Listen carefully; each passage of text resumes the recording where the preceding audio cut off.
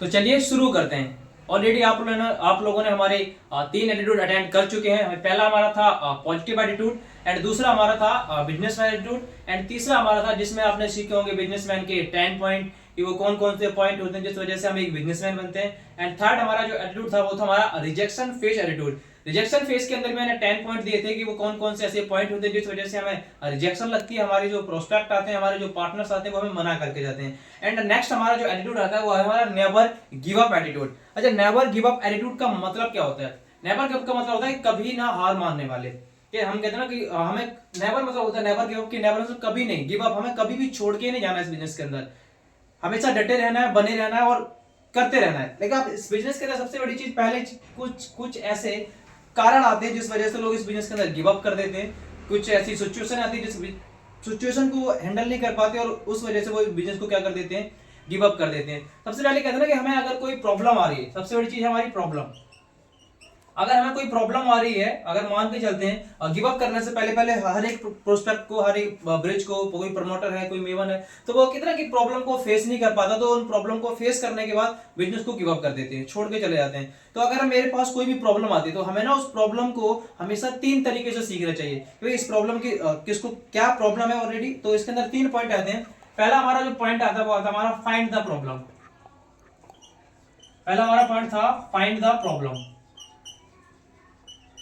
अब find the problem का मतलब होता है कि सबसे पहले हमें प्रॉब्लम को फाइंड करना है।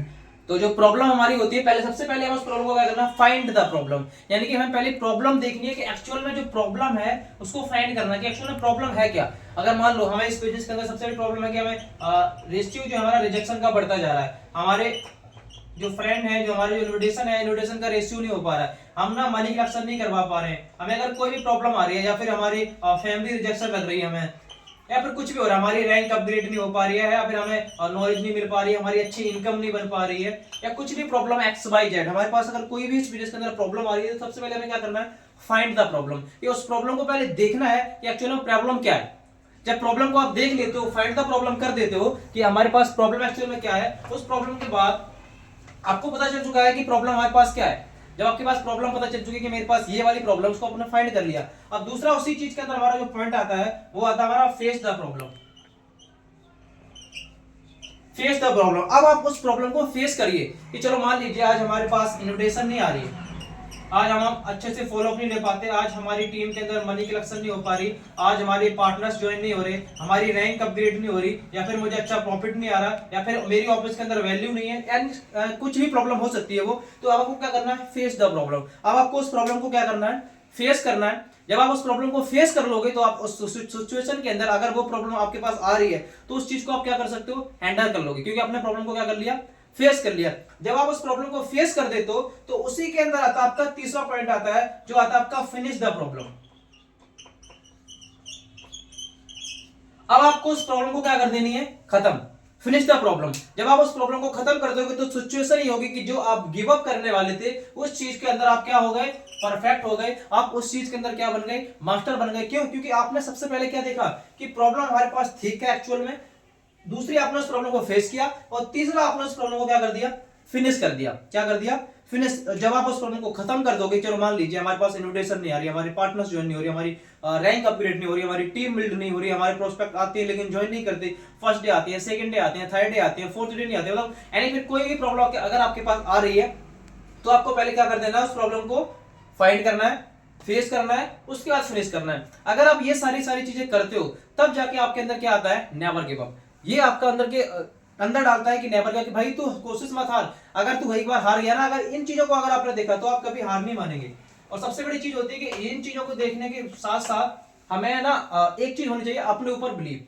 सबसे बड़ी चीज इसके अंदर हमारे पास क्या आता है, दूसरा हमारे इसके अंदर पॉइंट आता है वो आता है हमारा सेल्फ बिलीव।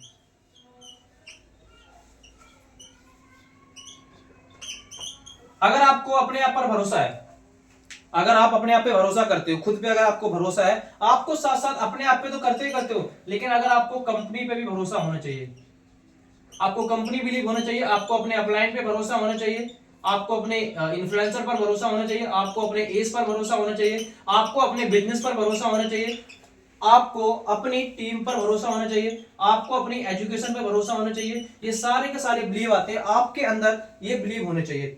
जैसे मान के चलते हैं, अगर हम एक स्टोरी से समझते हैं कि अगर जब हमें अपने आप पे या फिर अपने प्रोडक्ट पर, अपनी कंपनी पर, इन चीजों पर भरोसा होना और अगर हमारे अंदर नेवर गिव अप हो तो हम कुछ भी कर सकते हैं। ऐसे मैं आपको एक स्टोरी से समझाना चाहूंगा कि नेवर गिव अप और क्या होता है।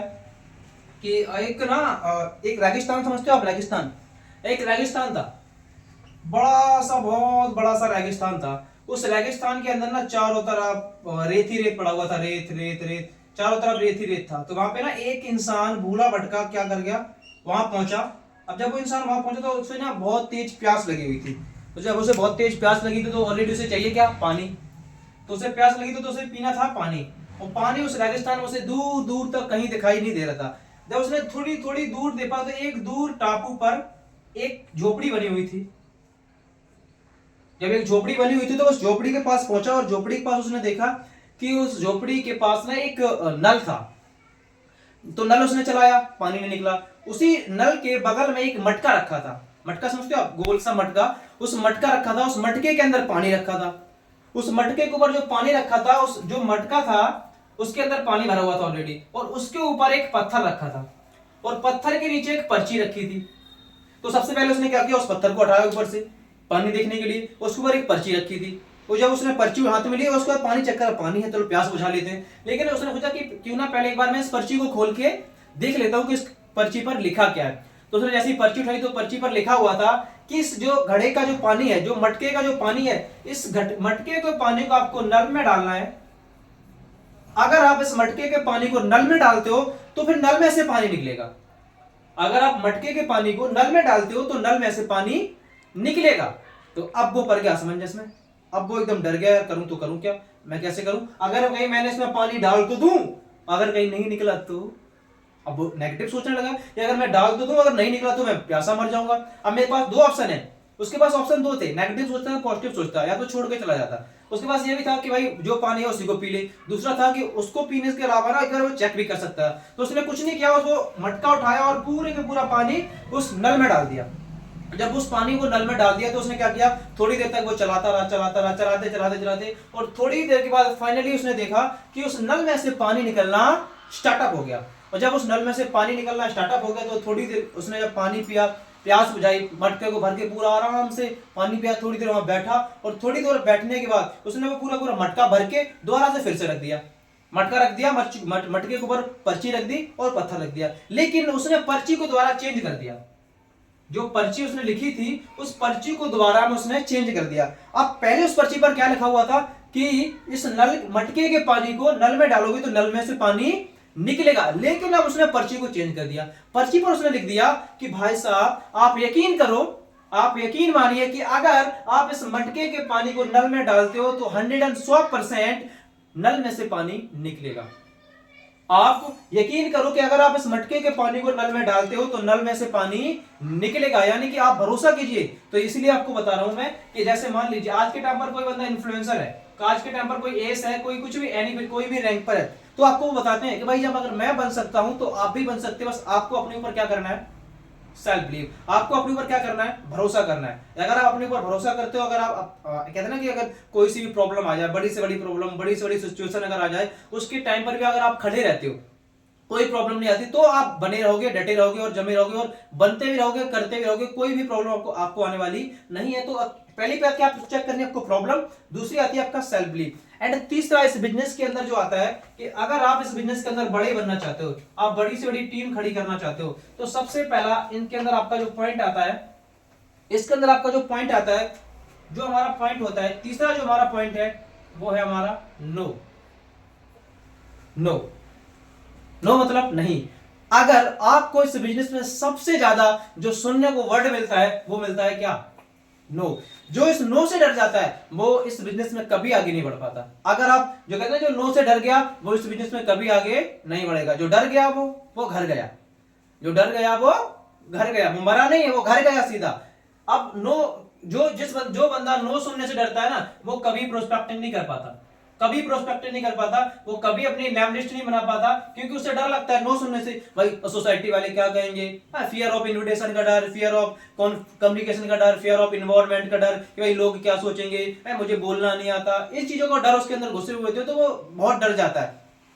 वो कभी प्रोस्पेक्ट नहीं कर पाता, वो कभी अपनी एक बड़ी टीम खड़ी नहीं कर पाता, वो कभी एक अच्छी रैंक पर नहीं पहुंच पाता, उसके पास कभी उसकी अच्छी इनकम नहीं आ पाती। क्यों? क्योंकि वो ऑलरेडी क्या कर रहा है, नो सुनने से डरता है। अगर आपको उस बिजनेस में आगे जाना है, टॉप अचीवर बनना है एंड टॉप रैंक को पाना है, तो सबसे पहले आपको क्या करना पड़ेगा, अपने अंदर एक एटीट्यूड बिल्ड करना पड़ेगा नो सुनने वाला। आपको हर एक बंदे की नो सुननी पड़ेगी, आपको हर एक सिचुएशन के अंदर नो सुननी पड़ेगी। अब सबसे पहले आपको ये दूर करना है क्या, कि मैं नो नहीं सुन सकता, सुनना पड़ेगा।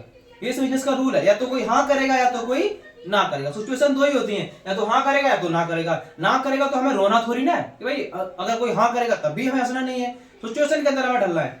तो सबसे पहले आपको क्या करना है, नो सुनने से घबराना नहीं है, क्योंकि जो नो सुनने से डर गया वो सीधा घर गया। तो आपको सबसे पहले क्या देखनी है, नो।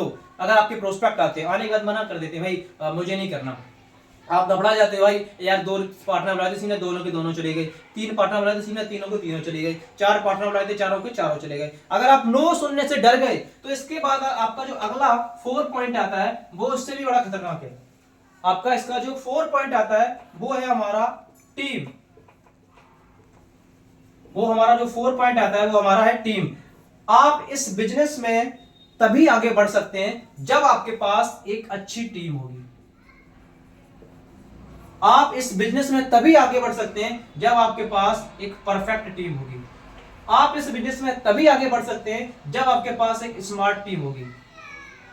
और मैं आपको बता दूं सबसे बड़ी चीज कि आप इस बिजनेस में उतने ही बड़े जितनी बड़ी आपकी टीम। आप इस बिजनेस में उतने ही स्मार्ट जितनी स्मार्ट आपकी टीम। आप इस बिजनेस में उतने ही पावरफुल जितनी पावरफुल आपकी टीम। आप इस बिजनेस में उतने ही बड़े अचीवर जितनी बड़ी अचीवर आपकी टीम। तो सबसे पहले आपको किस पे फोकस करना है। अगर आप नो सुनने से डर गए तो ये चौथा पॉइंट आपके अंदर कभी बिल्ड नहीं होगा। आप कभी एक बड़ी से बड़ी टीम खड़ी नहीं कर सकते। तो सबसे पहले आपको क्या करना पड़ेगा, नो सुनने से घबराना बिल्कुल भी नहीं है। भाई कहते ना 1 आया, 2 आए, 3 आए, 4 आए, 5, ये सिचुएशन है। नेटवर्क मार्केटिंग का रेशियो क्या होता है कि अगर आप 10 बुलाओगे उसमें से 1 करेगा, ये आप सभी को पता है। अगर आप 10 बुलाते हो, 10 इन्विटेशन लाती, कोई हाँ करता है, कोई ना करता है, सब हाँ भी नहीं करते और सब ना भी नहीं करते। तो आपको इनमें सिचुएशन में घबराना नहीं है कि भाई मैंने 1 बुला लिया, 4 बुला लिए, 6 बुला लिए, सीनियर 10 बुलाए थे, 10 के 10 चले गए, सीनियर 11 बुलाए थे, 11 के 11 चले गए। तो कोई दिक्कत नहीं, टेंशन लेने की जरूरत आपको बिल्कुल भी नहीं है। बस क्या करना, आपको नो सुनने से बिल्कुल भी नहीं घबराना।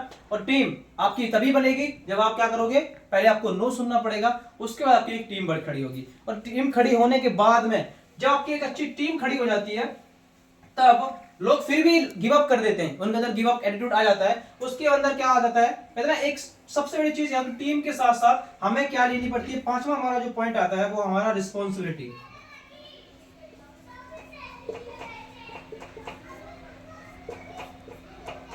अगर आपके पास टीम तो बन गई, अब आप जिम्मेदारी, अगर आपको अपनी सबसे पहले आपको ये देखना है कि मेरी टीम के अंदर एक प्रमोटर ज्वाइन हो गया, मतलब मेरे ऊपर जिम्मेदारी आ गई। मेरी टीम के अंदर ना एक मैबन ज्वाइन होगा, मतलब मेरे ऊपर जिम्मेदारी आ गई। किसको, उस मैबन को बनाने की, उस मैबन को सिखाने की, उस प्रमोटर को समझाने की, उस प्रमोटर को बताने की। चलो मैं सिंगल हूँ, मैं अभी अकेला हूँ, मेरा कोई अपलाइन है, मेरा अभी अपलाइन नहीं है, या फिर मेरा कोई अभी नीचे डाउनलाइन नहीं है। तो कहते ना जब बिजनेस को कोई बंदा स्टार्ट करता है तो स्टार्टिंग के अंदर बहुत सारे उल्टे सीधे काम करता है। क्यों? क्योंकि उसे क्या लगता है, एक डर होता है अभी मेरा डाउनलाइन ही कहाँ है, अभी मुझे देख ही कौन रहा है। लेकिन जब सिचुएशन ऐसी होती है ना कि जब उसके पार्टनर, जब उसके डाउनलाइन ज्वाइन भी हो जाते हैं, तब भी वो वही हालात उसके वैसे होते हैं, वही हरकतें कर रहा होता है। तो जिसकी वजह से उसके प्रोस्पेक्ट, उसके पार्टनर ज्वाइन नहीं होते। पहले क्या डर था, यार अभी मेरे पार्टनर ही कहाँ है, अभी मुझे देख ही कौन रहा है, मैं कुछ भी करूं, मैं कुछ भी बोलूं, कुछ भी करता हूं, मुझे कोई नहीं सुनना, मुझे कोई नहीं देख रहा, तो वो करता रहता है। सबसे पहले आपको क्या लेनी है, रिस्पॉन्सिबिलिटी लेनी। टीम तो खड़ी हो गई, लेकिन अब उस टीम की रिस्पॉन्सिबिलिटी तो लेनी पड़ेगी। क्यों? क्योंकि टीम तो खड़ी भी होती है, टूट भी जाती है। अगर आपने उसकी जिम्मेदारी नहीं समझी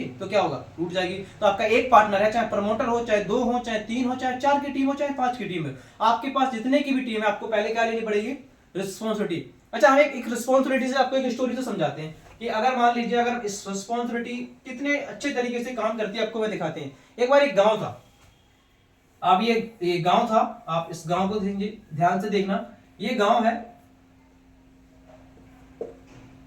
ये गांव है। इस गांव के अंदर ना काफी टाइम हो गया, 1 साल, 6 महीने, 8 महीने हो गए थे, लेकिन उस गांव के अंदर बारिश नहीं हो रही थी, पानी नहीं बरस रहा था। तो पानी ना बरसने की वजह से उस गांव के जितने भी लोग थे उन सभी लोगों ने क्या किया, उन सभी लोगों ने बोला कि भाई चलो कहीं ना कहीं किसी गुरु के पास चलते हैं, उनसे पूछते हैं जाके कि भाई काम बारिश क्यों नहीं हो रही। तो सभी लोग चलो भाई कहीं ना कहीं चलते हैं, घूमने देखने चलते हैं, किसी बाबा से पूछते हैं चल के।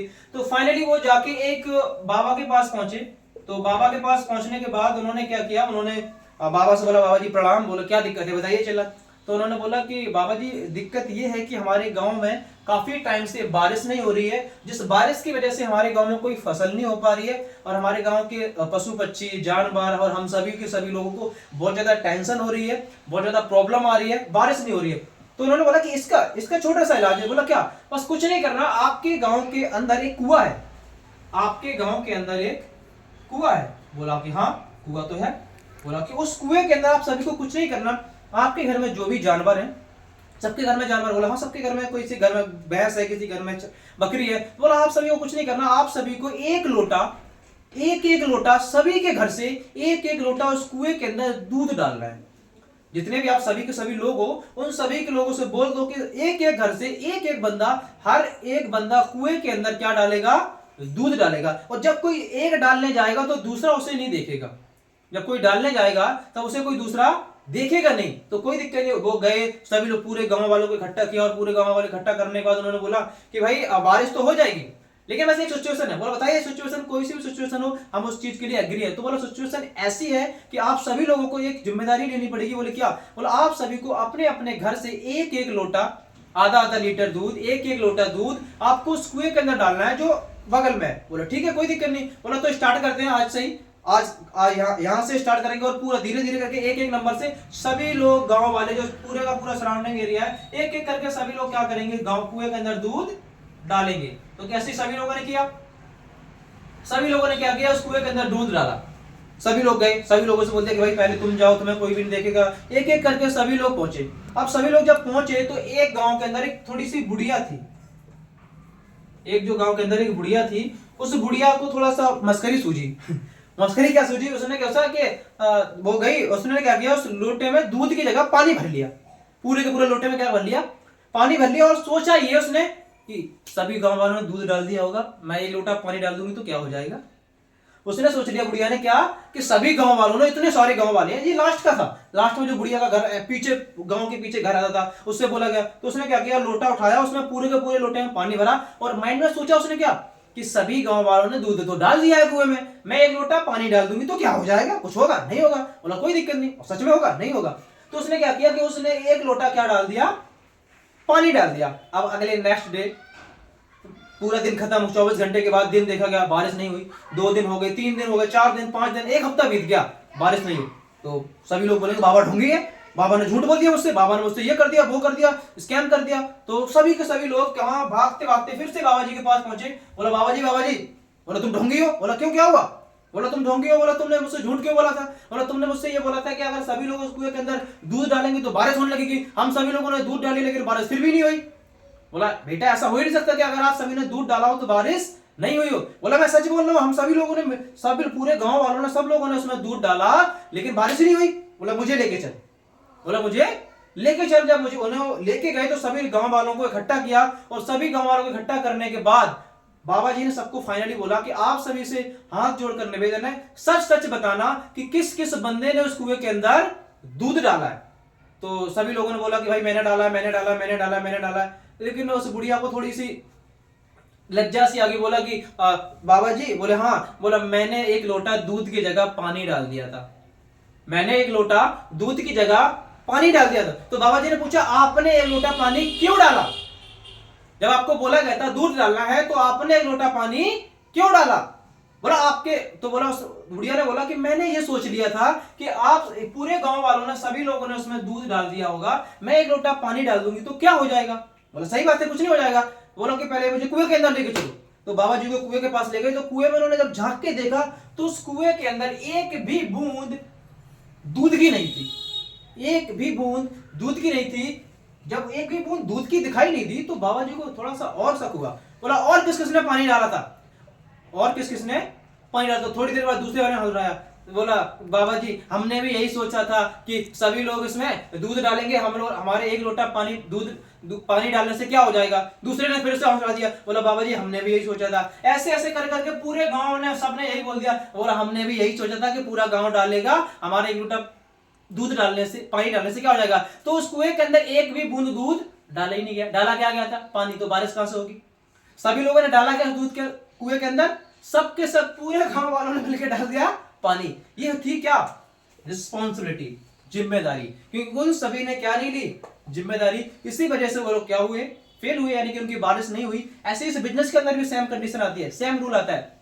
सोचो, हमें बताया जाता है कि पार्टनर को कैसे रखना है, क्या समझाना है उसको, कैसे फॉलोअप लेना है, कैसे हैंडलिंग करवानी है, कैसे ज्वाइनिंग करवानी है। ये सारी चीजें हमें ऊपर वाले जो हमारे सीनियर है वो बता देते हैं, लेकिन हमारे नीचे हम फॉलो कर रहे हैं, नीचे वाला नहीं कर रहा है, उनके नीचे वाला नहीं कर रहा। क्यों? क्योंकि उन्हें क्या लगता है अपलाइन है, हमारे सीनियर है, हमारे वो करेंगे, वो नहीं करेंगे। तो जब तक अगर आपने जिम्मेदारी नहीं ली, आपको खुद जिम्मेदारी लेनी पड़ेगी कि भाई मैं करूंगा, मुझे अपने आप पे भरोसा है, तभी जाके आपका हो सकता है। आपको सबसे पहले क्या लेनी पड़ेगी? जिम्मेदारी लेनी पड़ेगी। अगर आप इन 5 पॉइंट के बाद अगर आपको प्रॉब्लम फिर भी आती है कि भाई आप सोच रहे हो कि मैं ये नहीं कर पा रहा हूं, अगर आपको दिक्कत फिर भी आती है तो आपको क्या करना है? इनके बाद आपका छठा जो पॉइंट आता है वो आता है आपका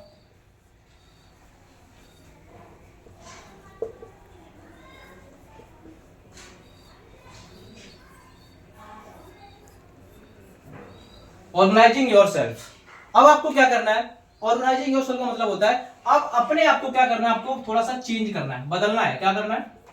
अपने आप को थोड़ा क्या करना है? चेंज करना है, अपने आप को थोड़ा सा बदलना है। अपने आप को किस चीज के अंदर बदलना है? अपनी थोड़ी सी एजुकेशन आपको चेंज करनी है, जो आपने एजुकेशन ली थी। अपने अंदर आपको बहुत सारी स्किल्स चेंज करनी है, आपको अपने अंदर पर्सनैलिटी चेंज करनी है, आपको अपने अंदर टीएफ की स्किल लेके आनी है। आपको ट्रेनिंग का टीएफ कैसे करते हैं, सीनियर एक अच्छे सीनियर कैसे बनते हैं, एक परफॉर्मर कैसे बनते हैं, इसके अंदर आपको क्या करना है? अपना सेल्फ चेंज।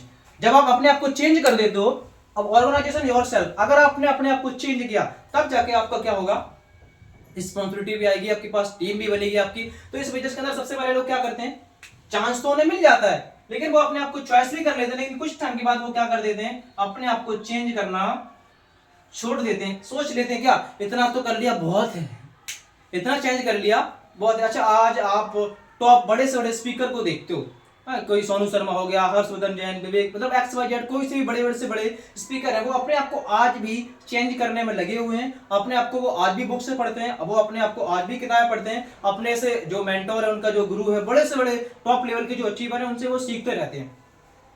अब आपको क्या करना है? ऑर्गेनाइजेशन योरसेल्फ, अपने आप को चेंज करना है। अगर आपने अपने आप को चेंज कर लिया, जब आप अपने आप को चेंज कर लेते हो, तो आपका जो फ्रेंड होता है, जो आपका पार्टनर आता है, क्योंकि जो कहते हैं ना कि जो पार्टनर्स होता है, जो प्रोस्पेक्ट होता है, वो कभी कंपनी ज्वाइन नहीं करता, वो आपको ज्वाइन करता है। आपका जो पार्टनर होता है वो कंपनी ज्वाइन नहीं करता, वो आपको ज्वाइन करता है। और आपके जो पार्टनर होते हैं ना, आपके जो पार्टनर होते हैं, वो आंखों से, वो कहते हैं ना, वो कानों से नहीं देखते, वो कानों से नहीं सुनते। आपके जो पार्टनर होते हैं, आप उन्हें बोल देते भाई मैंने भी ये कर दिया, मैंने भी वो कर दिया, वो कानों से नहीं सुनते, वो आंखों से सुनते हैं। समझ में आ रहा है? कहां से सुनते हैं? आंखों से सुनते हैं। मतलब उन्हें आंखों से दिखाई देगा ना, तब भरोसा करेंगे। तो जो एक पार्टनर आता है, उसे ना स्टार्टिंग के अंदर 10,000 बहुत बड़ी रकम लगने लग जाती है, बोलते यार मैं शॉपिंग नहीं कर सकता। लेकिन पूरी 30 की ट्रेनिंग कंप्लीट करने के बाद जब उसे समझ में आता है, जब उसे पूरी उसका फ्यूचर दिख जाता है, तो उसके बाद उसके लिए 10,000 जो अमाउंट होती है वो बहुत छोटी हो जाती है, 50,000 जो अमाउंट होती है वो बहुत छोटी हो जाती है। क्यों? क्योंकि वो आंखों कानों से नहीं सुनता, वो आंखों से सुनता है। और जब वो आंखों से सुनेगा, इसका मतलब क्या? वो आपके अंदर देखता है कि आपके अंदर ऐसी क्या क्वालिटी है, आपने ऐसा इस बिजनेस से क्या किया, आपने इस बिजनेस से ऐसा क्या कमाया जिससे मुझे आप बता रहे हो और जिससे मैं कमा सकता हूं। तो सबसे पहले आपको क्या करना है? Organisation yourself. आपको अपने आप को क्या करना है? चेंज करना है। जितना ज्यादा आप अपने आप को चेंज कर दोगे, उतना आपके लिए बेस्ट होगा। अब आपने अपने आप को चेंज भी कर दिया, आपको हर चीज के अंदर आपको अपने आप को चेंज करना पड़ेगा। जब आप अपने आप को चेंज कर लोगे, अगर सोच लीजिए, मान लीजिए आपने अपने आप को चेंज भी कर दिया, अब क्या, अब दिक्कत क्या होगी कि हमें क्या करना पड़ेगा? अब बहुत सारी प्रॉब्लम आएगी। एंड हमारा जो सातवां जो हमारा पॉइंट आता है, इन्हीं सभी चीजों के अंदर हमारा सेल्फ बिलीव या फिर हमारी जो प्रॉब्लम आती है, इन चीजों के अंदर भी हमें अपने आप पे क्या रखना है? गिव अप तो छोड़ के तो हमें जाना ही नहीं है। कहते ना कि हमने बिल्कुल ठान लिया है, बिल्कुल हार, बिल्कुल कैसी भी बड़ी सारी सिचुएशन आ जाए, भरोसा बस अपने आप पे। किस पे? अपने आप। अच्छा, आप सभी लोगों ने महाभारत देखी है? महाभारत, अच्छा एक थोड़ी स्टोरी समझाती है मुझे, थोड़ा सा बहुत एक अच्छी स्टोरी याद आ गई। कहते ना आप सभी ने महाभारत देखी होगी। अब महाभारत के अंदर आप सभी को पता होगा कि इसके अंदर ना 5 पांडव हुआ करते थे। 5 जो पांडव हुआ करते थे इनके नाम क्या थे? नकुल, सहदेव, युधिष्ठिर, भीम और अर्जुन। ये 5 पांडव हुआ करते थे। इन पांचों के एक गुरु थे जिनका नाम था द्रोणाचार्य।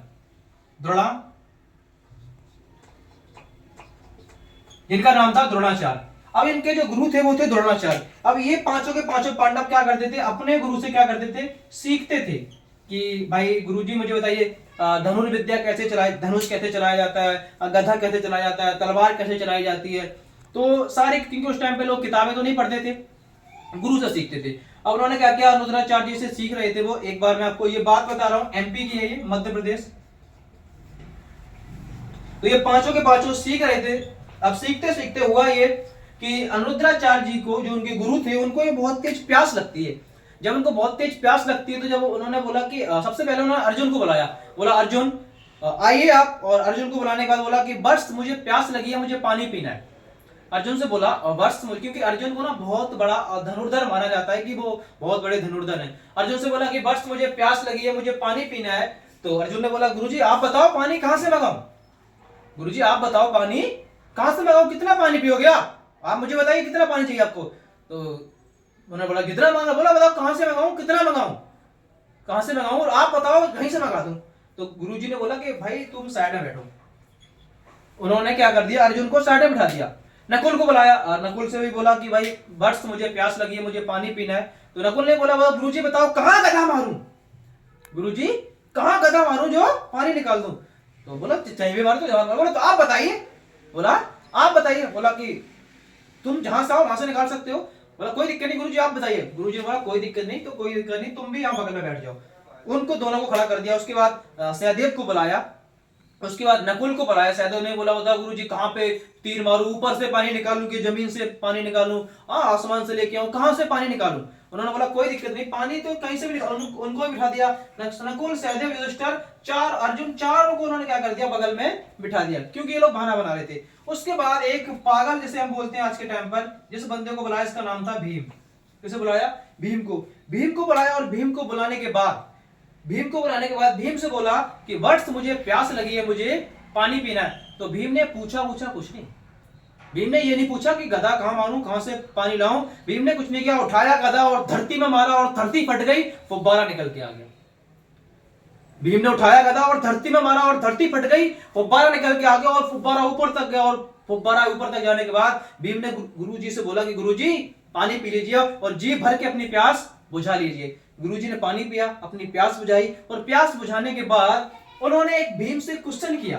बोला भीम इन चारों ने मुझसे ये पूछा कि भाई कहां से पानी मंगाऊं, कहां से पियोगे गुरुजी, ऊपर से मंगाऊं, नीचे से मंगाऊं, आसमान से, पाताल से, धरती से, लेकिन तुमने भीम मुझसे ये क्यों नहीं पूछा कि पानी कहां से मंगाऊं और गधा कहां मारूं। तुमने भीम मुझसे ये क्यों नहीं पूछा कि गधा कहां मारूं। तो भीम ने कुछ नहीं किया, भीम ने अपना सिर ऊपर किया, बोला गुरुजी, बोला चेला आपका हूं, गुरुजी चेला आपका हूं, मुझे अपनी बाजुओं पे भरोसा है कि जहां मारूंगा वहीं से पानी निकलेगा। मुझे अपनी बाजुओं पे भरोसा है कि जहां मारूंगा वहीं से पानी निकलेगा। शायद मुझे नहीं लगता है इनको अपने आप ऊपर बिलीव था, शायद मुझे नहीं लगता है इन्हें अपने आप पर भरोसा था, इसीलिए ये लोग हार गए। लेकिन मुझे अपने ऊपर भरोसा था, अपने ऊपर बिलीव था, इसलिए मैंने आज निकाल दिया। और ये कोई बात फेक नहीं, ये आज भी एमपी मध्य प्रदेश के अंदर आप सभी ने सुना होगा, इसको भीम कुंड के नाम से जाना जाता है। अगर आप सभी को यकीन ना हो तो आप गूगल कर सकते हो, यूट्यूब कर सकते हो, आज भी इसको भीम कुंड के नाम से जाना जाता है। बहुत बड़ा ये कुंड है जो उसके भीम के गदा मारने से धरती फटी थी, और उसे भीम कुंड के नाम से मध्य प्रदेश एमपी के अंदर ये आज भी प्रसिद्ध है। यहाँ पे बहुत सारे लोग घूमने जाते हैं, तो ये आज भी है। ये क्यों कर पाए भीम? क्योंकि उन्हें अपने ऊपर भरोसा था, अपने ऊपर बिलीव था, इसीलिए वो कर पाए। और जिसको अपने ऊपर भरोसा होता है वो जिंदगी में कुछ भी कर सकता है, वरना बहाने तो सबके पास होते हैं, भाई मैं ये नहीं कर सकता, मैं वो नहीं कर सकता, मैं मेरे से ये नहीं हो सकता, मेरे से वो नहीं हो सकता, तो ये प्रॉब्लम सबके पास आएगी। अब आपको क्या करना है, अब आपको साथ में जो पॉइंट आती है, कहते हैं ना हम कभी कभी डर जाते हैं, कि हमारे अंदर डर होता है। फेस द फियर, अब हमारे अंदर बहुत सारे डर होते हैं हमारे माइंड के अंदर, तो अब आपको उन डरों को क्या करना है, फेस करना है। जैसे डर किस चीज का होता है, सबसे पहले डर होता है हमारा किस चीज का, फियर ऑफ इन्विटेशन। सबसे पहले हमारा डर किसका होगा, इन्विटेशन का। सबसे पहले हम किसके डरते हैं, इन्विटेशन करने में। यार सीनियर मैं इतने बुला तो लूं लेकिन उन्होंने नहीं करा, तो सीनियर मैं अपने दाऊ के लड़के को बुला रहा हूँ, वो सीनियर करेगा नहीं, वो ज्वाइन नहीं करेगा, वो आरामी है, वो पढ़ा लिखा नहीं है, वो कुछ जानता नहीं है, वो है उसने पहले से ऐसी कंपनियों के बारे में सुन रखा है। तो सबसे पहले हम किसके अंदर डरते हैं, इन्विटेशन करने में डरते हैं। एंड दूसरा हमारा जो डर आता है, ये हमारा आता है communication, fear of communication. Communication का डर, बातचीत। फिर हमें क्या करता है, बातचीत करने में डर लगता है। तो सीनियर मैं उससे बातचीत कैसे कर पाऊंगा, मुझे वो तो बहुत ज्यादा पढ़ा लिखा है, वो बहुत ज्यादा अनपढ़ है, मैं उसको कुछ समझाता हूं तो उसको समझ में नहीं आता, वो मेरी बात ही नहीं सुन रहा, वो मेरी बात ही नहीं मान रहा, क्योंकि वो ज्यादा पढ़ा लिखा है, ज्यादा एजुकेटेड है, ज्यादा समझदार है। तो हम क्या करते हैं, कम्युनिकेशन, उससे बातचीत करने में डर लगता है हमें। एंड उसके बाद हमारा आता है कि जब हम इतना कर लेते हैं फिर हमें लगता है इन्वायरमेंट, अपने वातावरण, अपने पूरा का पूरा एनवायरनमेंट का डर। मैं अपने सीनियर अपने रिश्तेदारों को नहीं बुलाऊंगा, अपने जानकार वालों को नहीं बुलाऊंगा, मैं अननोन लोगों को बुलाऊंगा, मैं बाहर वाले को बुलाऊंगा, मैं इंस्टाग्राम फेसबुक वालों को बुलाऊंगा, उनको बुलाऊंगा, लेकिन अपने मैं जानकार लोगों को नहीं बुलाऊंगा, क्योंकि हमें अपने एनवायरनमेंट में डर लग रहा होता है। एंड चौथा जो सबसे लास्ट जो फियर आता है वो होता है हमारा रिजेक्शन का डर। रिजेक्शन का डर, सबसे भयंकर जो डर होता है वो होता है हमारा रिजेक्शन का डर, कि अगर हमारा पार्टनर आ गया और उसने मना कर दिया, तो उसने ज्वाइन नहीं करा, तो मैं आपको बता दूं इस बिजनेस के अंदर कभी भी रिजेक्शन नहीं लगती। आपको मैं बता दूं इस बिजनेस के अंदर कभी भी रिजेक्शन नहीं लगती। क्या बोल रहे हो सीने, हाँ सही बोल रहा हूं, इस बिजनेस के अंदर कभी भी रिजेक्शन नहीं लगती, रिजेक्शन नहीं लगती। इस बिजनेस के अंदर सिर्फ एक ही चीज आता है जिसका नाम है ऑब्जेक्शन। रिजेक्शन कभी नहीं लगती, एक ही चीज आता है, इसका नाम क्या है, रिजेक्शन का मीनिंग निकल के आता है कि भाई ऑब्जेक्शन। मान लीजिए आपका पार्टनर है, आने के बाद बोल रहा है चेन सिस्टम है, ऑब्जेक्शन। मेरे पास पैसे नहीं है, ऑब्जेक्शन। मेरा मन नहीं लग रहा, पापा मना कर रहे हैं, ऐसी कंपनियों मैंने पहले सुना है, मैंने पहले करा था, मेरे बस की नहीं है, मैं नहीं कर सकता, जो पहले जुड़ते हैं ना वही कमाते हैं, ऑब्जेक्शन। क्या है, ऑब्जेक्शन। रिजेक्शन तो होती नहीं हम लोग सोच के बैठ जाते हैं रिजेक्शन, वही रिजेक्शन का मतलब क्या है, ऑब्जेक्शन। इस बिजनेस में कभी भी रिजेक्शन नहीं लगती। मुझे ही लगता कि तुम कमाते होगे, ऑब्जेक्शन। मुझे ही लगता कि यहाँ पे एस को लाभ आता होगा, ऑब्जेक्शन। अगर मैं कर तो लूं, मेरे 5 नहीं आए तो, ऑब्जेक्शन। मेरे 5 बिजनेस पार्टनर कहां से आएंगे, ऑब्जेक्शन। सारे के सारे ऑब्जेक्शन है। अगर इन ऑब्जेक्शनों को अगर आप हैंडल करना सीख जाओ तो क्या लगता है रिजेक्शन लगेगी, लगता है रिजेक्शन नहीं लगेगी। रिएक्शन के जो चांस हैं वो बिल्कुल ही कम हो जाएंगे जब आपको ऑब्जेक्शन हैंडलिंग करना आ गया तो अब आपके अंदर आ जाएगा क्या, ऑलरेडी नेवर गिव अप। जब आपके अंदर नेवर गिव अप आ जाता है तो जब आप कभी नहीं कहते ना, कोशिश करने वालों की कभी हार नहीं होती। आप चाहे कितनी भी कोशिश लगे रहो, करते रहो, डटे रहो, मेहनत करते रहो, कहते ना कि कामयाबी मिलेगी, बिजनेस चलेगा आज नहीं तो कल, लेकिन चलेगा जरूर, लेकिन चलेगा जरूर। इस बिजनेस के अंदर आपको 2 चीज चाहिए, अगर आप एक अपलाइन हो और एक डाउनलाइन हो।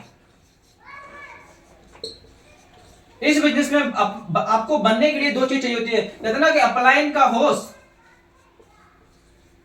अपलाइन का होस्ट आपको इस बिजनेस के अंदर बनाएगा कि भाई मुझे अपने डाउनलाइन से क्या करवाना है। अब मैं आपको ये बता रहा हूं, अगर आप एक अच्छे अपलाइन है, आप किसी के भी अपलाइन है, आपके नीचे कोई भी प्रोस्पेक्ट, कोई भी पार्टनर आता है एंड फ्यूचर में कभी आप अपलाइन बनेंगे, ऐसा नहीं कि नहीं बनेंगे, जब आप अपलाइन बनेंगे तो आपको कहां रहना है, होस्ट में। आप एक अपलाइन का होस्ट और डाउनलाइन का जोश, अपलाइन का होस्ट और डाउनलाइन का जोश। सीनियर मुझे जल्दी बनना है, सीनियर मुझे इन्फ्लुएंसर बनना है, सीनियर मुझे एस बनना है, मुझे उसके अंदर कोई आग लगी होगी, क्या भरा होगा उसके अंदर, जोश। लेकिन आपको कहां रहना है, होस्ट में। अपलाइन का होस्ट और डाउनलाइन का जोश। आपको इस बिजनेस में एक बड़ी टीम, एक खतरनाक टीम, एक स्मार्ट टीम, एक अच्छी टीम, एक अच्छी क्वालिटी की टीम तभी मिलेगी जब अपलाइन होस्ट में हो और डाउनलाइन जोश में हो, तब जाके आप इस बिजनेस के अंदर बनते हो। और आपके अंदर नेवर गिव अप होना चाहिए। क्या होना चाहिए, मैं फिर से बता रहा हूं, क्या, आप कभी हार मत मानना। कहते ना एक अपलाइन, एक सीनियर, जब आप कभी प्रॉब्लम आपको आ जाती है, भाई हम कभी ना किसी एक दूसरे को देख के डर जाते हैं, इसने कर लिया मेरे से नहीं हुआ तो, ये कर सकता है, वो भी कर सकता है? अगर अगर आपके अंदर नेवर गिव अप है और अगर आपको अपने ऊपर सेल्फ पे बिलीव है, मैं फिर से बता रहा हूं, आप कभी इस बिजनेस में फेल नहीं होगी अगर आपको अपने ऊपर भरोसा है तो। देखो फिर एक स्टोरी से आपको समझाते हैं, मुझे बहुत अच्छी स्टोरी एक और याद आएगी। इतना एक बहुत अच्छी स्टोरी है। एक बार ये था कि एक हमारा गांव था, जैसे आप गांव देहात समझते हो, गांव देहात, तो देहात के अंदर एक गांव था और गांव देहात में ना एक पागल था। पागल, एक पागल की स्टोरी है ये। एक पागल जो था वो पागल था, तो होता यह था कि उस पागल के नाचने से बारिश होती थी। जब भी वो नाचने लगता था, जब भी वो नाचने लगता था तो वहां पे क्या होने लगती थी, वर्षा होने लगती थी, कि पानी बरसने लगता था जब भी वो नाचता था। जब भी जब जब उसने नाचा है तब तक बारिश हुई है। तो ऐसा हुआ कि गांव के कुछ सिटी के लड़के वहां पे पहुंच गए और जब वहां गांव में पहुंचे तो उन्होंने पागल के बारे में सुना। तो उन्होंने बोला कि भाई ये तो कोई भी कर सकता है, ये तो मैं भी कर सकता हूँ, अगर मेरे नाचने से बारिश मेरे नाचने से भी हो सकती है, ये तो मैं भी कर सकता हूँ। तो बहुत गांव वालों ने बोला कि भाई आप करके दिखाइए। तो वो 4 लड़के थे, चारों को चारों पहुंचे। तो हुआ ये कि 30 मिनट के बाद पता चला कि एक जो लड़का था वो उन्होंने डांस करना स्टार्ट किया। उन्होंने करते रहे। थोड़ी देर के बाद पता चला कि एक जो बंदा था वो बैठ गया, नहीं हो पाया। एक थोड़ा 40 मिनट के बाद बैठ गया, एक ने 1 घंटे तक करा, एक ने 1.5 घंटे तक करा, और 1.5 घंटे के बाद फाइनली चारों को देखा गया कि चारों के चारों थक कर बैठ गए। बोला मेरे बस की नहीं है, मैं नहीं कर सकता। अब पागल से बोला गया कि भाई आप करिए, आप डांस करिए और आप बारिश करवाइए। तो पागल ने भी किया क्या, पागल उठा, अपना कपड़े वपड़े पहने उसने और क्या कर दिया, डांस करना उसने स्टार्ट कर दिया। और जैसे ही उसने डांस करना स्टार्ट किया, करता रहा। 1 घंटा हो गया, 2 घंटे हो गए, 3 घंटे हो गए, 4 घंटे हो गए, 5 घंटे हो गए, 6 घंटे हो गए, 7 घंटे हो गए, 8 घंटे हो गए, फाइनली 10 घंटे हो गए, 12 घंटे हो गए, 15 घंटे हो गए, 20 घंटे हो गए, लेकिन वो रुका नहीं और नचता रहा, डांस करता रहा। और थोड़ी ही देर के बाद फाइनली देखा गया कि बारिश होने लगी। थोड़ी देर के बाद जब देखा गया कि बारिश होने लगी, जब बारिश होने लगी तो उन सभी लोगों ने यह पूछा कि भाई आपने ये कैसे किया, आपने ये कर कैसे पाया, आप कैसे कर देते ये।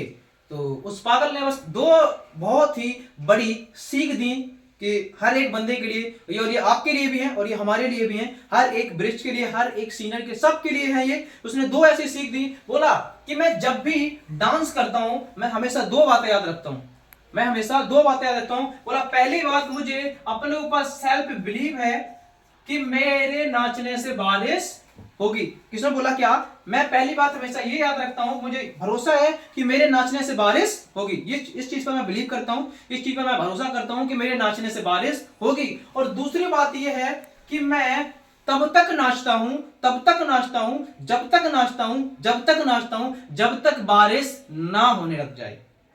मैं जब तक नाचता हूं जब तक बारिश ना होने लग जाए। जब तक बारिश नहीं होती तब तक मैं नाचता ही रहता हूं, जब बारिश होने लग जाती है मैं तभी रुकता हूं, और तब तक नाचता रहता हूं जब तक बारिश स्टार्ट नहीं हो जाती। तो अगर आपको भी इस बिजनेस के अंदर टॉप अचीवर बनना है, टॉप अर्नर बनना है, अच्छी रैंक पर जाना है, एक रैंक अचीव करनी है, तो आपको भी क्या करना पड़ेगा, अपने ऊपर भरोसा करना पड़ेगा और जमे रहना पड़ेगा, डटे रहना पड़ेगा। तब जाके आप इस बिजनेस के अंदर एक बड़ी, एक अच्छी टीम खड़ी कर सकते हैं। ऐसे ही बोलते हैं अपना नेवर गिव अप एटीट्यूड, कि कभी भी आपको हार नहीं माननी है। इन जितने भी लोगों के बारे में मैंने बताया, क्या इन्होंने कभी हार मानी? नहीं, बस एक चीज था ना, क्या, भरोसा। अगर आपको अपने ऊपर भरोसा है तो आप कुछ भी, एवरीथिंग इज ए पॉसिबल, कहते हैं ना, nothing is impossible, everything is a possible. कुछ भी असंभव नहीं है इस दुनिया में, आप सब कुछ पॉसिबल कर सकते हो। बस एक चीज होनी चाहिए आपके अंदर, क्या, जिद, जुनून और पागलपन। अगर आपके अंदर ये 3 चीजें, क्या, कामयाबी के लिए सबसे बड़ी चीज क्या चाहिए, जिद, दूसरी जुनून, और तीसरा क्या, पागल हो जाओ, पागलपन चाहिए। जब तक आप पागल नहीं होगे ना तब तक कामयाब नहीं हो सकते। आपको सबसे पहले क्या होना पड़ेगा, पागल। पागल हो जाओगे ना कि घर वाले, सोसाइटी, मोहल्ले, कोई भी कुछ भी बोलते रहे, सुनना ही नहीं है भाई, सुनाई नहीं देता, सुनाई नहीं देता। एक और स्टोरी आ गई, ध्यान से सुनना।